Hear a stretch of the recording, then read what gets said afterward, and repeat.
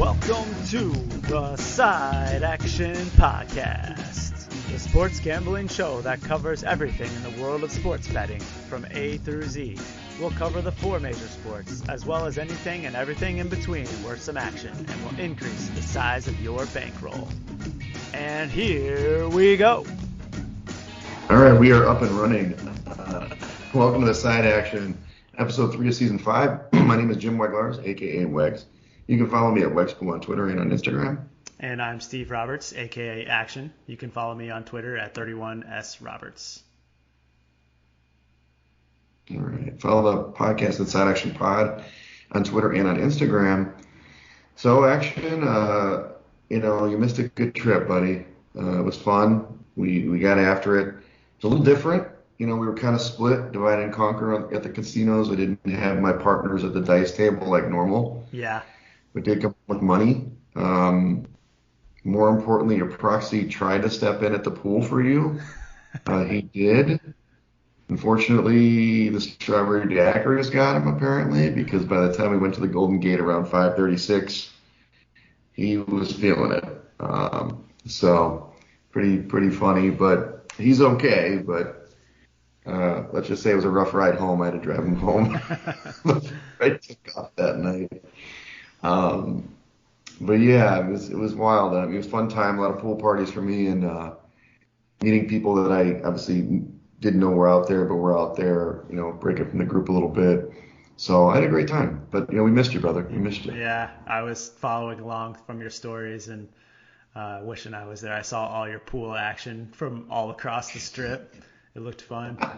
And you got to tell Dave, watch out for those sugary drinks. They really get you. I know they really peddle those daiquiris at the Stadium Swim, don't they? Well, Night Ranger likes them. Oh, yeah. Trying to hit the minimum. By the way, we'll talk about the strategy next year. Hey, look, if we want the set spot, it's great, but we'll never hit those minimums, bro. Yeah. I mean, it was hilarious. We were there from like 10 in the morning till 3:30, and I checked in with the server at that point. And I go, so how are we against the minimum? It was like a $1,200 minimum for the 4 chairs. And she's like, you had $792 to go. Wow. It's been $400 in like 5 hours. And that was with food. So yeah, we'll talk about it next year. But it was a fun time. It was nice to be up there. Of course, we have a beautiful waitress. Alejandra was the best, and Danielle was also lovely. So I'm not gonna say no to that. But yeah. Anywho. So anyway, you got out on the boat a little bit, at least, right? Yeah, we went out on the lake a little bit Saturday and was following along college football from my phone. So got to see some games. And then, of course, parked on the couch all day Sunday to watch our picks go 4-1. Golf clap. That's right. Good start. Yeah, that Saturday was great because you had the Alabama-Texas game, which was interesting. It was at noon or 11. It was so early.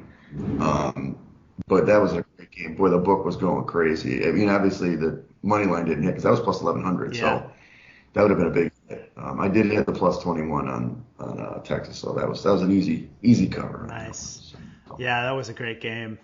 I mean, Texas, it really kind of goes to show you that there's no real dominant team this year. Maybe Georgia, but Alabama faltered. Ohio State hasn't looked that great out of the box yet either.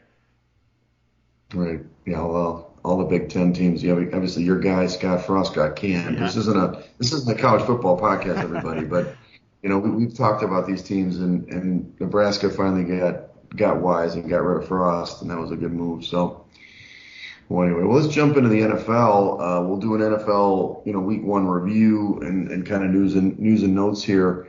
Let's start with the news and notes. Dak Prescott, big injury here. Got thumb surgery. Interesting that Jerry Jones didn't want to put him on IR, but he's likely out 8 weeks. They're going to see if he can come back earlier than that. That's why they didn't put him on IR. What's your take on that move? Well, I really like my position on Cowboys under 10. I mean, I think it really reminds me last year of Russell Wilson's injury.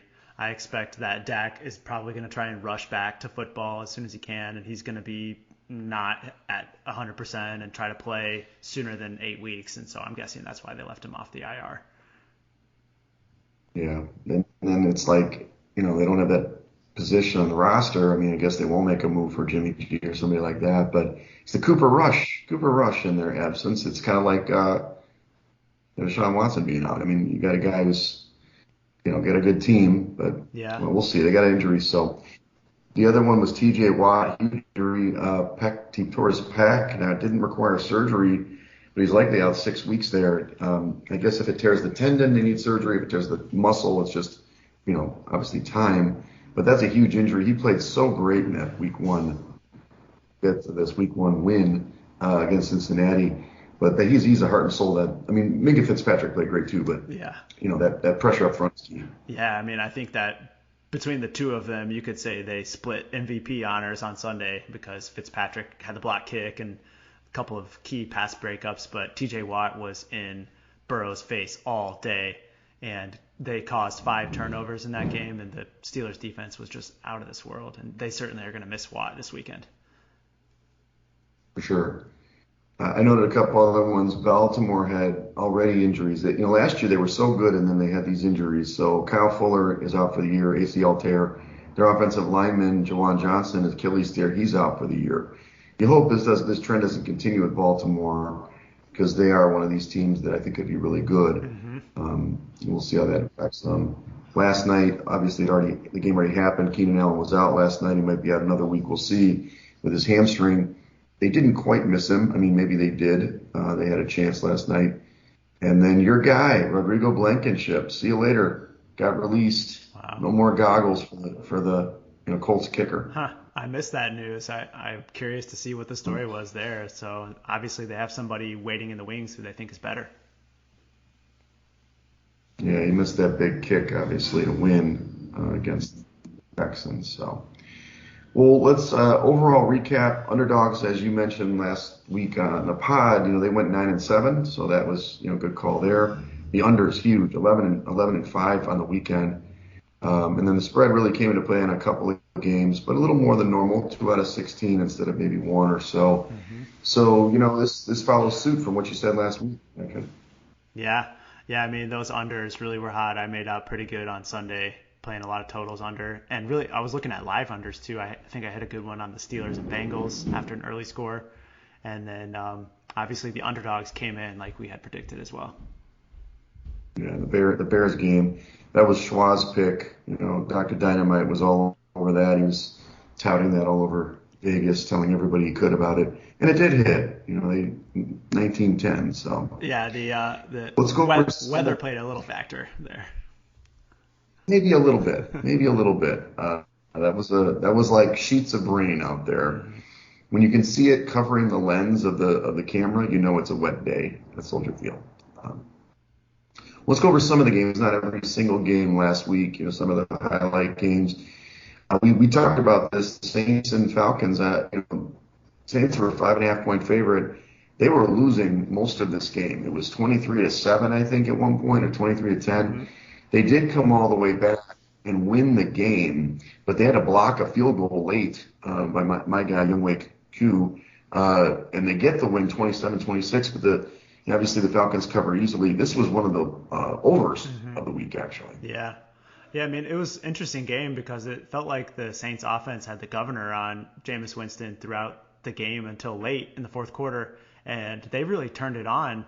I think Jameis performed really well in that fourth quarter, and their stars came to play. Michael Thomas and Jarvis Landry played really well, as well as Chris Olave. So, I mean, I think that they have weapons. It's just a matter of whether the offensive coordinator is going to let Jameis cook. Yeah, and Kamara didn't even play in this game. Mm-hmm. But, I'm still down on the Saints. But Falcons, that was like one shot at getting a win. We'll see if they get some other chances this season. Yeah. We already mentioned the Bears game. The Bears win 19-10. Over the 49ers. Trey Lance looked bad. Obviously, it was rainy. But here's funny, though. If you listen to VSiN all week, they've been saying that as bad as Lance looked, they say that Justin Fields looked worse. Yeah. I didn't get to watch the game much because I was at, the Steelers were the main game at Stadium Swim. I could pay attention to the game amongst the rain. But did you get to watch any of that game? I had the red zone on, and they were showing not very many plays in that game. But I was looking at the recap and the box score, and obviously very few completions on either side. And I think the thing that I took out of it was that on paper, the Bears defense looked like they played well, but it was really more of the weather and the factor. And San Francisco had 2 goal-to-go situations where they came up with 3 points. And so I think that the outcome there is a little bit misleading in terms of what the Bears defense really is. We'll talk about that later because I may, drop that pick now. All right, so Steelers and Bengals, we talked about this already, but the Bengals, obviously AFC defending champs. Steelers came out rearing to go, pick 6 on the first drive. Minka Fitzpatrick was everywhere. The blocked extra point, which actually I don't know if I've ever seen a more exciting game really, because it was on the main at Stadium Swim. It was really exciting. Steelers were up the whole time, but you knew that Mitch wasn't lighting it up for the offense there for the Steelers. But comes down to it, the Bengals drive down, get stopped on fourth down like within 2 minutes, but then get right back down there, score with minimal time, and then Mink blocks the extra point. I mean, to send it to overtime. Let's just say Stadium Swim erupted. Yeah. A lot of Steelers tickets there. And then in overtime, nobody could make a goddamn field goal. I mean, it was kind of crazy. McPherson, who made a 59-yarder early, shanked like a 29-yarder. And then, Boswell, he missed one too. He hit the upright, but then he finally gets it through. They get the win 23-20, and the Night Rangers, I think his ticket was plus 280 or 300 on the money line cash. He also had a 3-team parlay that hit, by the way. Wow. So he was sitting pretty on Sunday. He had a good day. Wow, yeah, just an epic game, back and forth all day.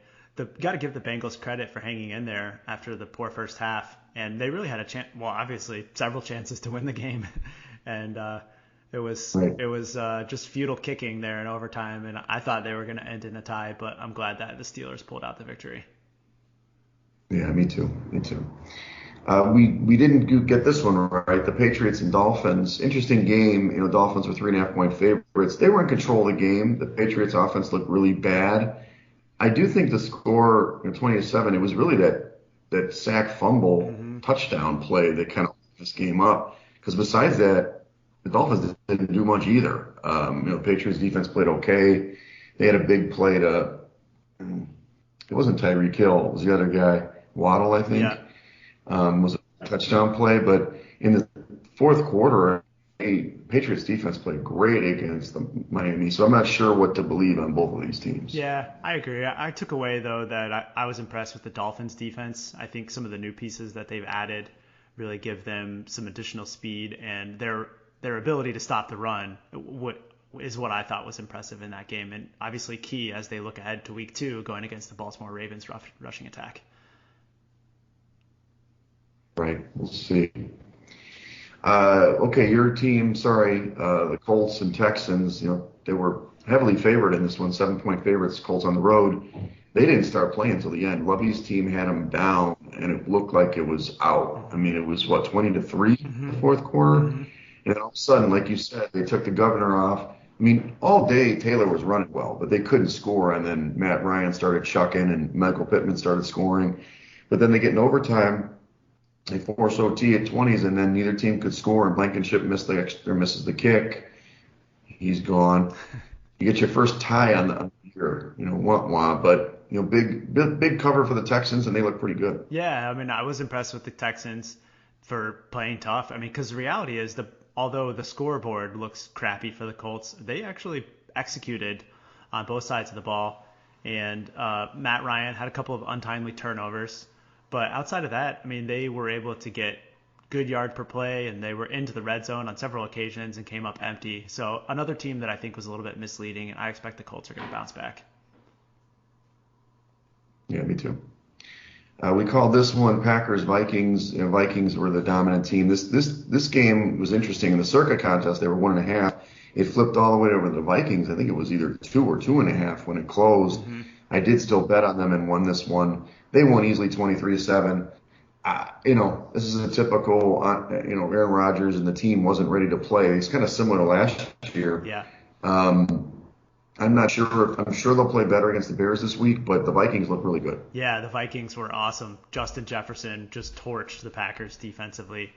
And on the other side of the ball, it seems that Aaron Rodgers and those young wide receivers aren't quite on the same page. I think that Watson had a big drop early on. And, outside of that, I read reports that Rodgers was very interested in the two-back look with A.J. Dillon and Aaron Jones back there. So I think we may see a little bit more of that going forward. And I think the Packers are going to be okay also. They'll figure it out. The last one was our big win, and the Stanford special, as I'm calling it. Broncos were 6.5-point favorites on Monday night. Seahawks played great right away.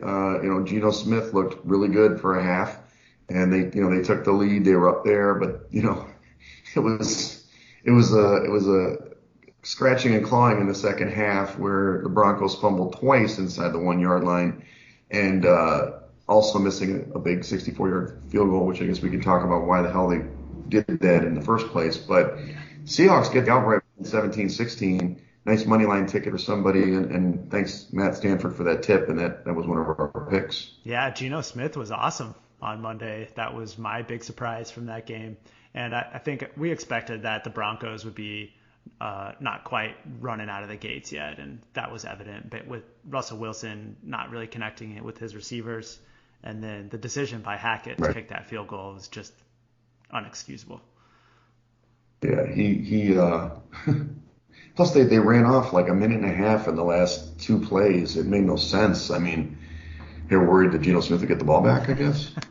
Maybe. I mean, they didn't score in the second half. The Seahawks didn't score in the second half, right? Yeah. So it was one of those things.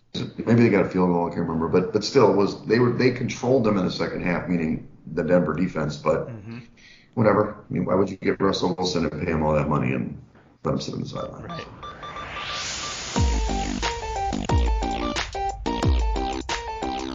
Well, let's go into the week 2 lines. We already have the Thursday game of the book, which already the hook got the Chiefs there, but they did win the game 27-24 last night. Interesting game. Herbert looked like he got banged up at the end. It was really weird at the end where he wasn't running for first downs. And what really was the bailout play was the Chiefs, 99-yard interception return when Everett seemed to turn right instead of left. And that was a bad pick, and that flipped the game a little bit. But I will say the Chiefs' offense didn't look that great, and the Chiefs, defense they actually stood up in the second half, luckily. Yeah. Because the Chargers came out guns a-blazing. Yeah, I mean, the Chargers were uber impressive in that first half.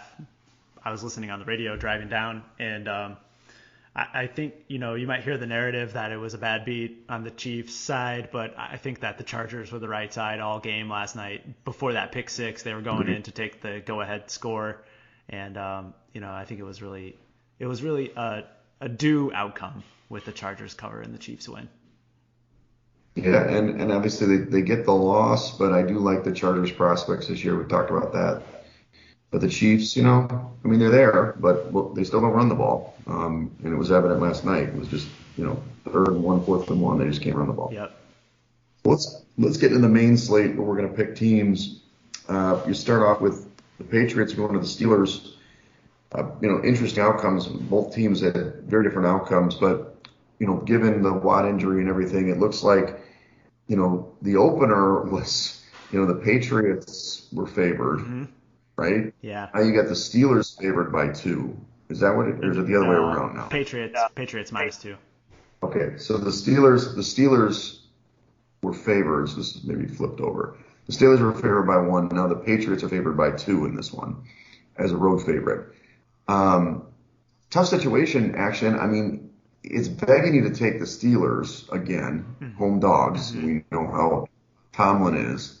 I do think the Patriots are going to play better. And when you look inside the box score, if they didn't have those 5 turnovers, they probably would have gotten crushed in the game against the Bengals. Yeah. So what are we to believe here? I put at the bottom the Steelers the pick just because of the number, but I kind of think the Patriots are going to jump back in this one. Yeah, I was all set to bet on the Steelers. I did, in fact. I knew that Watt was going to be out, but I still like the Steelers to some degree. But the more I think about it now on Friday morning, I think that they're really going to miss Watt, and that's probably a little bit of a move towards the Patriots is due to TJ Watt being out, and I really think it's going to be a huge impact on that defense. Right. No, I agree. I mean, it was even evident in the game when he went out Hmm. against the Bengals. They stopped getting the same pass rush. They had more time, and that's when Chase had some big plays. Um, so would this be one you stay away from though, or you feel confident one way or another? I think it's a pass for me. I mean, if it comes down Yeah. to it, we need another game. I could look at the Steelers again, but right now I think we pass. Okay. Next game's an interesting one. It's Carolina at the Giants. The Giants open as a 2.5 point favorite. Now it's two in the contest. The Giants, we didn't mention, they got a big win against Tennessee. Obviously kind of come from behind victory, and they outlasted Tennessee there. But Carolina, they didn't look great against the Browns, but they were right in that game. That was a very close game. I don't know, man. The Giants being favored is weird. I know that they're home favorite, so Hmm. it's appropriate with the home field, but it's more of a pick'em game to me. Yeah, I agree. I think that looking at this line, it seems funny that the Giants are favored, uh, even though they are at home. You got to figure nowadays 2 points for home field advantage. So the odds makers are probably looking at these teams as equals. And Right. I'm not so sure that I'm there yet, even though the Giants got a big win on the road in Tennessee. I mean, Saquon Barkley was awesome, but I expect that the Panthers defense is going to be able to hold him down a little bit. And I think if anything, there's a little bit of value on the dog here. Yeah, and I didn't identify this as one of my games, but I agree with you 100%. I mean, I think the little bit of inflated line, I mean, it's not a lot, by a point or two, but it's certainly something we could look at for the Panthers. Okay. All right, next one. Tampa Bay goes to New Orleans, and I think this is flipped too. So I think Tampa opened as a 3 point favorite. I see how you're reading it Yeah. now. 3 point favorite. Now they're 2.5 in the contest. I haven't been saying the totals. This is 44.5 point total. So New Orleans has owned Tampa for whatever reason. Yeah. It's happened for years. I think they still should have beat them in the playoff game a couple of years ago. Um, I know you said James looked good late, but Tampa, I mean, they don't have Godwin. He's going to be injured. Hmm. But man, 2.5 sucks. But I think Tampa's a better team. Okay, I'm going to put that out there. But this is one of those things. New Orleans plays really great against them, so I'm not sure where your head's at here. Yeah, I mean, you figure that in the Superdome in New Orleans, I would probably give the Saints 3 points of home field advantage there. And so when you add Sure. that into the math here, you're talking about odds makers posting the Buccaneers as 5.5 point favorites over the New Orleans Saints. I just can't get there. Yeah, that's right. And Mm, the Saints have owned Tom Brady in this spot the last four meetings in the regular season. The Saints have won this matchup. And so I have to look to the Saints here, despite the number being just under that field goal. right. Well, let's put a yellow on it. Okay. I mean, it's so early in the season. It's hard to kind of gauge where these teams are. New Orleans can't do what they did last week and come out like a dud for 3 quarters. Hmm. Yeah. In Tampa, I mean, they benefited from Dak's injury, but they couldn't get the ball in the end zone last week, and they actually moved the ball pretty easily, but they just couldn't score. Could have been a lot worse than the 19-3 or whatever And the Dallas I lost. really do think So, that Godwin being out is going to be huge in this game because historically Marshawn Lattimore has D'd up on Evans. And I think without Godwin as yeah, another option on the outside, that could be even bigger because Lattimore has had so much success against Evans. right. It's the running game that they got to hit on, Yeah. and his front's pretty good. So it's really just Jameis. Can he play well Yeah. and everything? So okay, we'll put you on the Saints. Okay. Okay, here's your team. The Colts and the Jags, man. Colts 4 point favorites in the contest and the opener, 45 point total. They went down to Jacksonville and lost last year. Um, my mind says take the Colts because they got to bounce back from last week. But for some reason, they can't beat the Jags on the road. I don't understand what the deal is. Why is this? You're a Colts fan. I don't know. The humidity. I mean, last season that loss was probably the most demoralizing loss that the Colts could have endured. Chance to make the playoffs, and Yes. when this line came out, my mind kind of went the other way. I thought to myself, oh, you got to take the Jags. I think I even put in a little bet at 4.5. But as this week has wore on, I'm switching sides here. I think that we should try to look to Zag or Zig versus Zag. And I think the Colts are going to come out breathing fire on Sunday and really just bury this Jaguars team. I think so too. So I think it may be, well, we'll see if people have the same thoughts, but I think so too. I'm going to put this as a green. I like it. I think there's Agree. So let's hope this happens this time for your fandom and our picks this week. Okay, here's another interesting line. Washington is going to Detroit. Washington got a win. They were an interesting game too. They were up like whatever the score was. They were up big. Then they gave up the lead. Then they came back and won. It was a weird league. Detroit played tough against the Eagles. Scored a lot of points, 35 points. They are the favorite here, 1.5. Not to say they shouldn't be favored, but they haven't been favored in years. 48.5 point total. It is an accurate line. It's probably an appropriate line at 1.5. It's just interesting to see Detroit being favored. Do you think that that's some of the buzz we talked about in week 1? Yeah. I mean, kind of same situation as that Giants line. You see a minus next to the Lions, and you're like, whoa. But I think it is. I think it's partially due to that, and also, I mean, just the market sentiment being down on the Commanders as well. Although I gotta say, Wentz played pretty well last week, despite a couple more interceptions. He really led that team to a victory down the stretch and had some good balls from McLaurin and their other wideout. And to me, I'm looking at more of targeting the total in this game. I think we should pass on the side, but I like the over. I bet it early, and you've already seen it tick up from 46.5 to 48.5, and I think that's the right move on the total. Yeah, I agree. Let's stay away on the total for sure, because that's what happened last week. That was another one of the Schwa specials. It was the over total in the Philadelphia-Detroit game, and that almost went over at halftime. Yeah. All right, here we go. Jets at the Browns. Exciting game here. Opener was -6 for the Browns at home. Now it's 6.5 in the contest. This total's gone from 43 down to 39.5, so it's crashed. The Jets didn't look great last week. The Browns played really solid, despite Jacoby Brissett back there against a pretty good defense. So I think the line's appropriate. I don't necessarily think it's short per se. I would say that the total being low just shows it's going to be a slugfest. There's not going to be a lot of points here. Yeah. Can you back the Browns? I wouldn't back the Jets. I'm sorry. I know you love the Jets.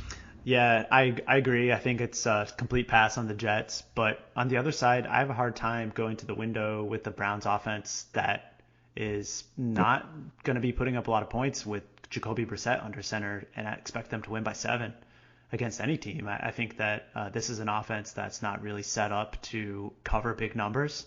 And for that reason, I think that we got to pass on this game. Okay, I'm all for it. Let's do it. All right, here's a hotly contested game. Miami's going to the Ravens. So the Ravens, obviously, we talked about the injuries. We talked about, Miami playing pretty good. Ravens open as a 4-point favorite down to 3.5 in the contest. The total is 44.5. I believe the Ravens are a better team, but this hook is not something I'm interested in. You're probably going to make a case for the Dolphins. I don't know if I can get on board with that for the contest, but I know how you think, actually. Yeah, you're right. I am going to make a case for the Dolphins because I touched on it in the opener. I think that they made some key acquisitions on defense, and they're going to be able to stop this Ravens rushing attack. And that's obviously key to hanging with the Baltimore team. And on the other side, I think the injury to the Ravens cornerback Fuller is going to be big in this game because I was impressed with the Dolphins wideouts, Tyreek Hill and Waddle and company. And I think that they're going to be able to score a little bit on the Ravens defense. And the added bonus of getting 3.5 here instead of 3, I think is key. And I lean to the Dolphins for sure.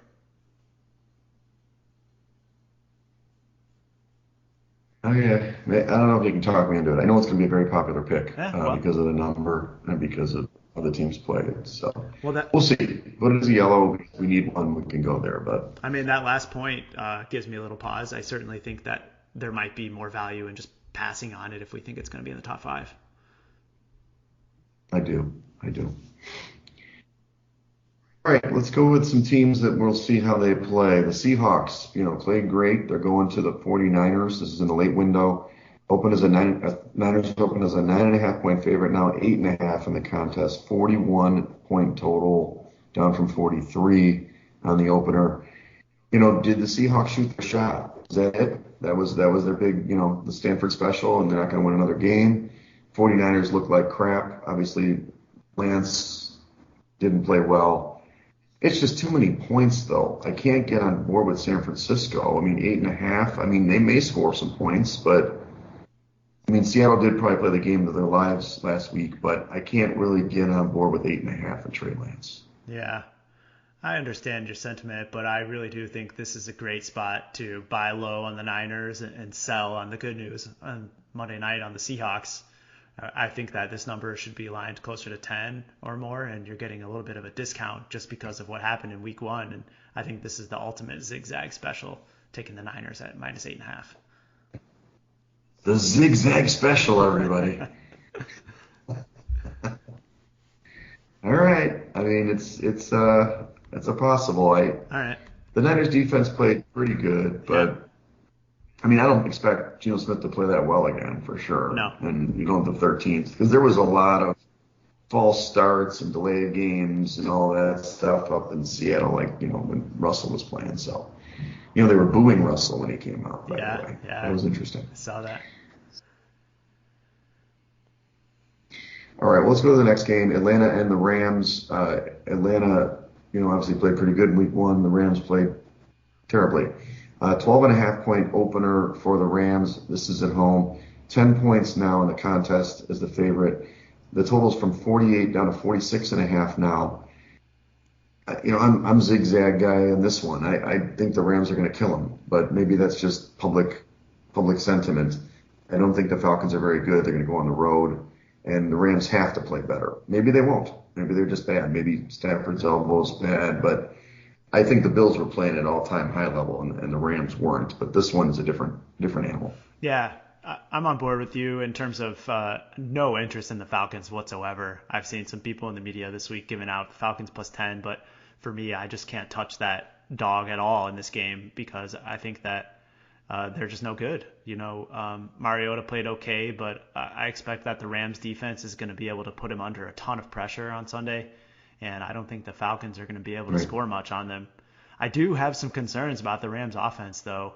They were unable to run the ball last week, and it seems to me that Stafford only looks to Cooper Kupp and Cooper Kupp only, and I think ultimately that's going to make it difficult on them to score a lot of points this season unless things change. Yeah, he did last week, I'll tell you that. 13 catches. I think it'll be better. I think they're going to be able to run the ball this week. Okay. But I get it if we want to stay away because it's 10. I get it. The Niners number is better. Mm-hmm. But we'll talk about that. Maybe there's some other options too that are coming up. We can add it though, and all right, next throw game. it in the mix. We'll throw it in the mix. The Rams. Yeah, throw it. One of these big favorites I'd like to take because they're going to be low picked, and I think they're going to come in. Yep. That's kind of my theory. So. All right, so Cardinals and Raiders. Cardinals also look like garbage. Kansas City rolled them. We can talk about that. But the Raiders opened as a 3-point favorite at home. Now they're 5.5. The total is the same, 51.5. Look, the Raiders played pretty good. I think they played great. The Cardinals played terrible. That move seems a little weird. I think 3 or 3.5 would have been the right number. Mm-hmm. 5.5 seems a little heavy. I don't know, how bad are the Cardinals? I think it's an overreaction. It's week one for the Cardinals. Yeah, I concur. I think this number is moved a little bit too far for my liking, posting the Raiders at 5.5.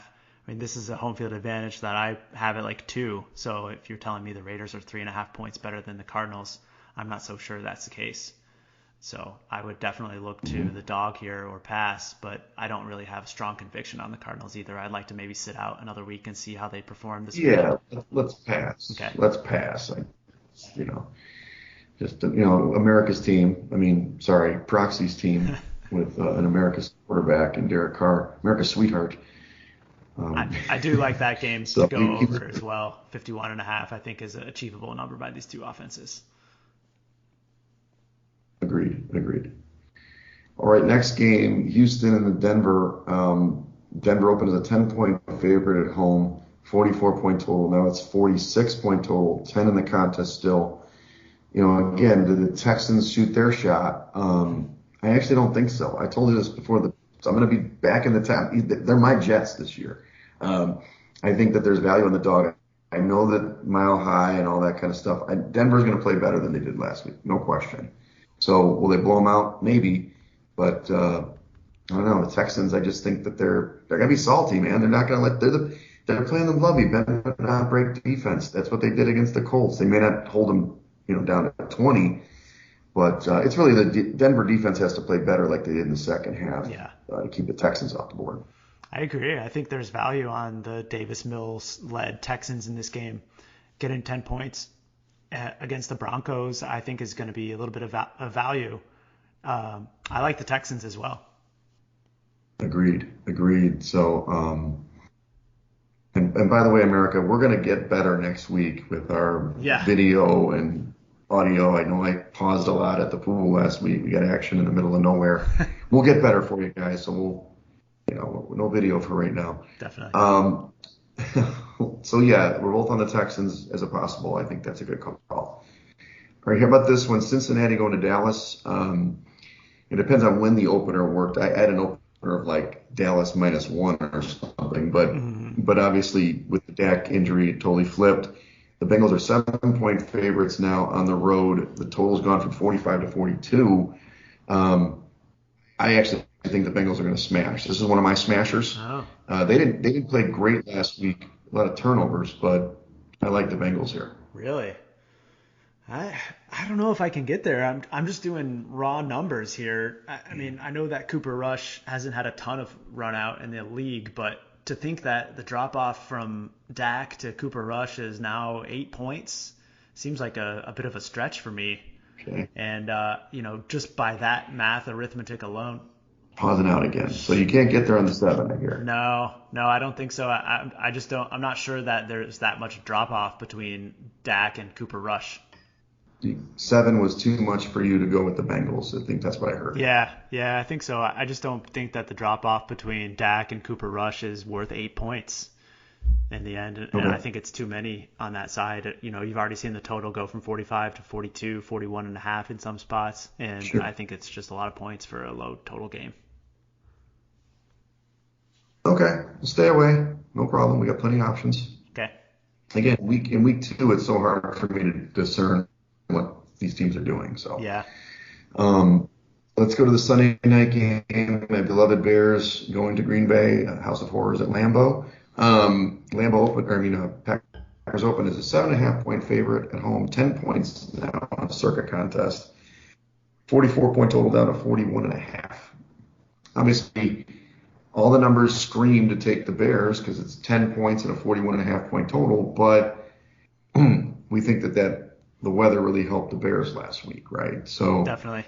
I'm fine to stay away from the game action, but what are you thinking? I think that Aaron Rodgers is the Bears' daddy, and I know you don't like that comment, but I think that the Packers are going to win this game comfortably. I don't think that the Bears are going to be able to put up hardly any points on Sunday night, and I would play the Packers indefinitely.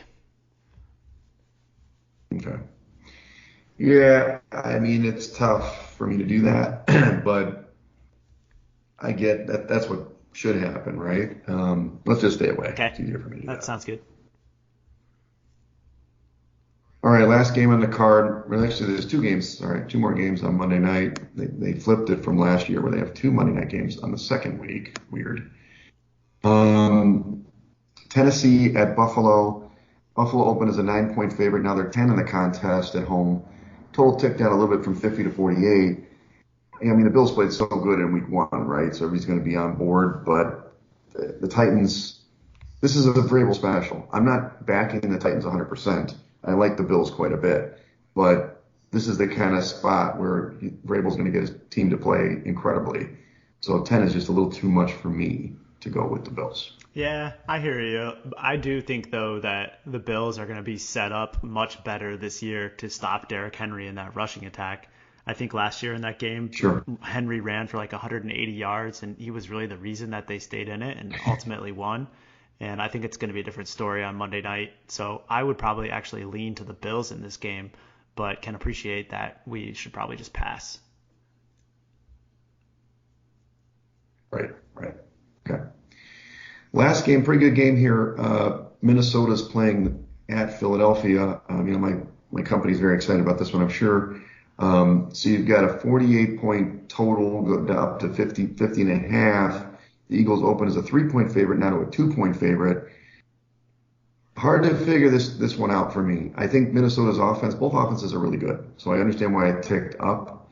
I do think the Eagles are going to be a little bit better, so it makes sense that they're favored, and they're showing this as a pick 'em on a neutral. Yeah. Because I think a 2-point advantage at home is right for the Eagles.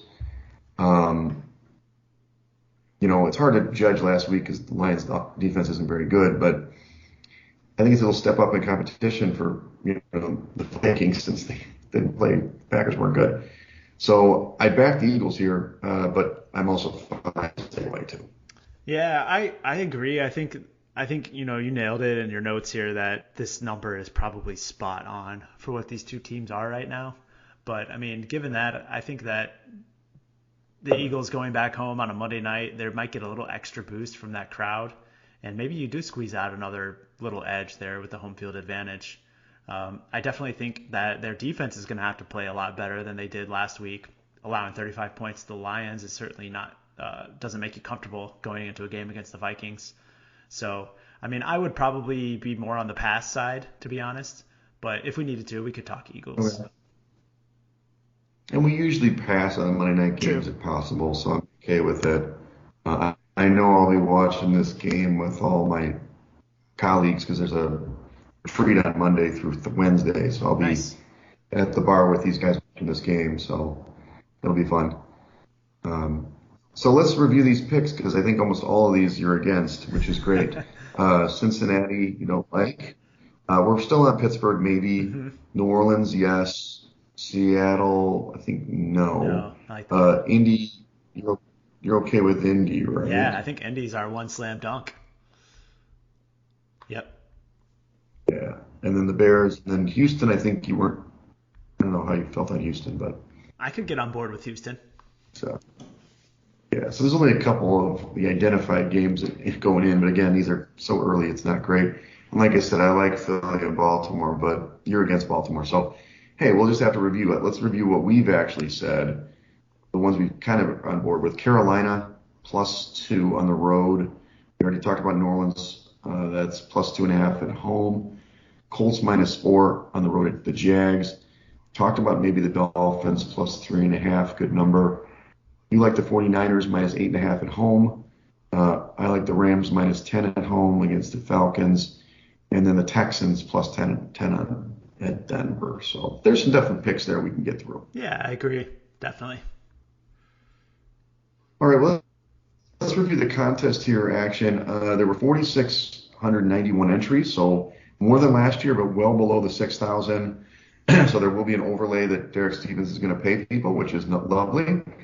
I did note that the Survivor contest, which had 6,113 entries, eliminated 56 point something percent in week one.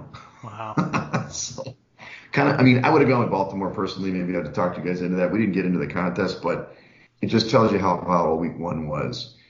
And then we did really well. We're technically tied for 210th, actually. That's awesome. Nice. There were 209 entries at 5-0, and then there's 842 with us at 4-1. So good start. Definitely a great start for us. I mean, we can't complain about 80%. We keep that going the rest of the year. I think we'll be quite all right. Exactly.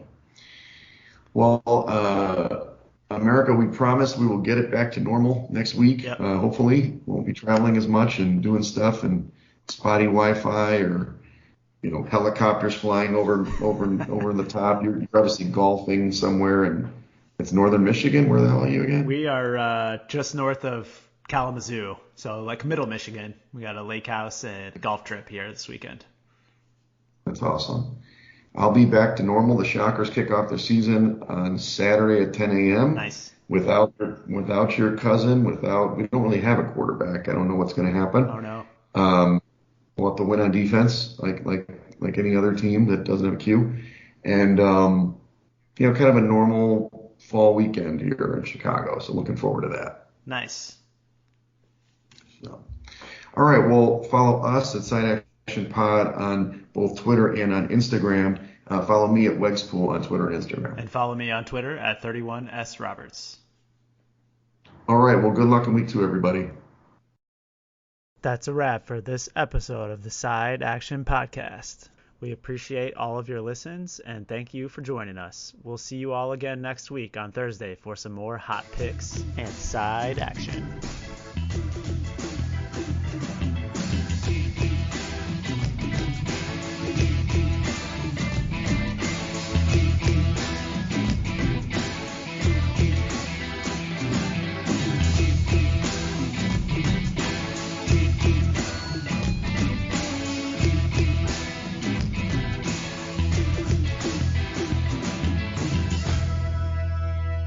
Side Action Podcast, its owners and associates take no responsibility for the opinions or statements made by the show hosts or their guests.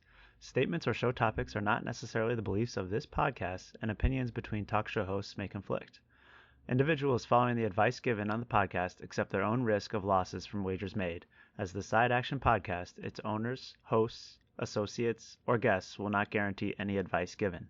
The opinions and advice given on the Side Action Podcast is for entertainment purposes only.